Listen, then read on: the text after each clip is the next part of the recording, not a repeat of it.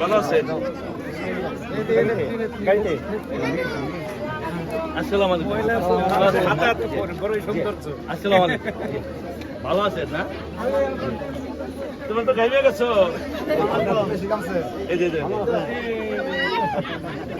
ভালো আছেন না? সুলতানপুরের সুলতানরা সবাই ভালো আছেন? এখানে অনেক রানীরা আছে, রানীরাও কি ভালো আছেন? সবাইকে আসসালামু আলাইকুম। আজকে আপনারা শুনতে এসেছেন দুলু ভাই এবং সাইদুল ভাই বক্তব্য, সঠিক কিনা? তবে একটি দুটি কথা আমাদের যেহেতু তারা সুযোগ দিয়েছে বলি, আপনাদের বক্তব্য অনেক ভাবেই করা যায়। সামনে একটা দৃষ্টান্ত উপস্থাপন করব। বাংলাদেশ সরকার, গণপ্রজাতন্ত্রী বাংলাদেশ সরকার, বঙ্গবন্ধু শেখ হাসিনা স্মার্ট বাংলাদেশ বিনির্মাণের জন্য 4টি কথা তিনি বলেছেন: smart governance, smart economics, smart citizen, smart governance. তো আমি যেটা বলতে চাই, আমার আপনার যে সুলতানপুর, এই সুলতানপুরকে স্মার্ট ভাবে গড়ে তোলার জন্য আমার আপনার উদ্যোক্তা হতে হবে।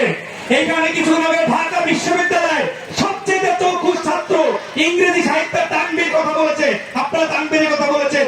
বঙ্গবন্ধু কি বলেছে?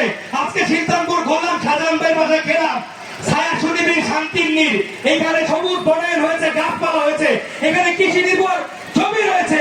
আপনারা যদি আপনাদের সন্তান ভাইকে দিয়ে চাকরির পেছনে শুধু ছোটাছুটি না করে আপনারা যদি তাদেরকে উদ্যোক্তা থেকে ঠেলে দেন, কৃষি নির্ভরে বাংলাদেশকে যখন অপশক্তি রুখে দিতে পারে, এই বিশ্বায়নের যুগে পশ্চিমা বিশ্বকে রুখে দিতে পারে আপনাদের উৎপাদন সক্ষমতা। আপনারা যদি উৎপাদনে স্বনির্ভর হয়ে বাংলাদেশকে স্বনির্ভর করতে পারেন, আপনারা সাইদুল ভাই নির্বাচনে সকল অপশক্তি রুখে দিয়েছে, দুবাই নির্বাচনে জনগণের ম্যান্ডেট নিয়ে বিপুল ভোটে নির্বাচন হয়েছে। আপনারা আধুনিক এই সুলতানপুর করতে পারবেন, হরিরামপুর করতে পারবেন, মানিকগঞ্জ করতে পারবেন। আমরা বিশ্বাস করি আজকে তানবীরের বাগানে 5 কোটি টাকা প্রপার্টি ভ্যালু আছে, ব্যাংক ভ্যালু আছে, সুনামের ভ্যালু আছে। তানবীর আপনার আমাদেরই মতো সন্তান, এখানে একটি সাইনবোর্ডের মতো তার এই বাগান। শুধু তানবীরের বাগান না, আরো নানানমুখী কর্মসংস্থান রয়েছে। মহিলারা সমবায় সমিতির মাধ্যমে অনেক রকম কুটির শিল্প, ক্ষুদ্র শিল্পী কাউকে বঙ্গবন্ধু উদ্বোধন করলো।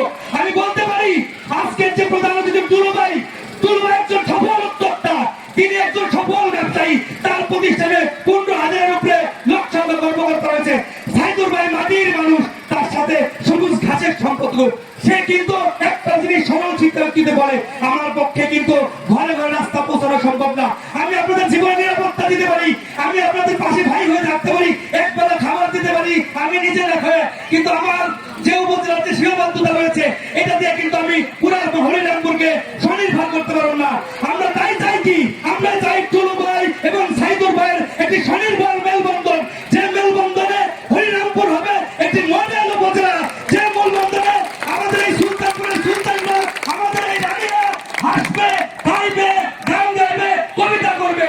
এখানে স্কুল উৎসব হবে, সাংস্কৃতিক চর্চা হবে, এখানে মূল্যবান জঙ্গিবাদের বিরুদ্ধে বলিষ্ঠ ভূমিকা রাখবে, এখানে কর্মশালা হবে। তাই আমি বিশ্বাস করি আজকে অনেক আমার বাবুগণা, আমার ভাইয়ের কলিগ ছিল, তিনি এখানে অনেক চেয়ারম্যান রয়েছে, আমার আসলে বাবার স্মৃতির সাথে সবার জড়িত।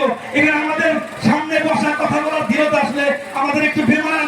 তবু বলতে চাই একজন আইনজীবী হিসেবে নতুন প্রজন্মের জন্য তোমরা এই যারা ছাত্রলীগ করো, যুবলীগ করো, শুধুমাত্র সংগঠনের দিকে তাকাইতে পারো, তাহলে একসময় জনগণের মধ্য থেকে দেউলিয়া হয়ে যাবে। তোমরা পড়াশোনা করো, সফলভাবে কর্মে নিয়ন্ত্রণ হও, তোমাদের 30-35 বছর পর্যন্ত শুধু রাজনীতি যেন আরো পেশা না হতে পারে।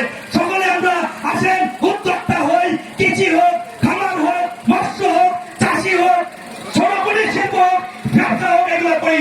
এই আশাবাদ ব্যক্ত করে দুলু ভাইকে আগামী দিনে সুলতানপুরবাসী না শুধু হরিরামপুরবাসী সাইদুল ভাইয়ের উন্নয়নের পাশে দুলু ভাই থাকবে, এই আশা এবং প্রত্যাশা ব্যক্ত করে